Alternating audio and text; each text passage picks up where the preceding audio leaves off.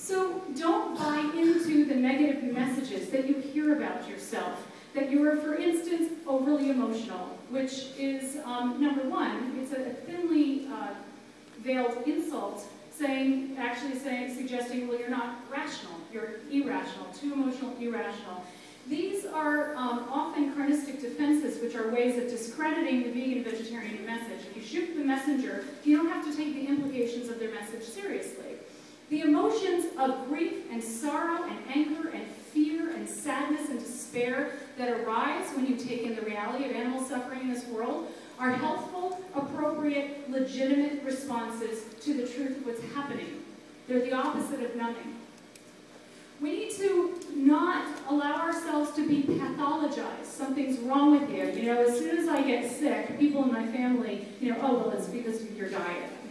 My brother who eats meat, they don't ever say that. Are you not sleeping enough? My family doesn't do this anymore because I forced them all to read my book, but it used to happen all the time. So my own personal motivation.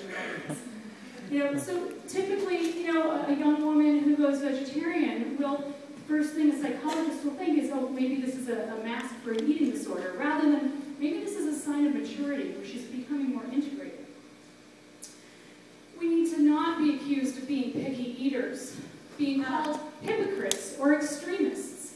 You're a hypocrite if you wear leather, or you're an extremist if you don't, or anti-human.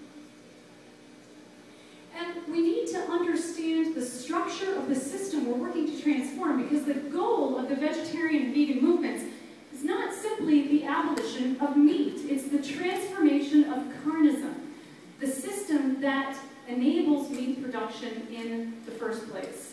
When we really understand Carnism, then we can see eating animals not simply as a matter of personal ethics, but as the inevitable result of a deeply entrenched belief system. And this can radically change the way that we think and talk about the issue on personal and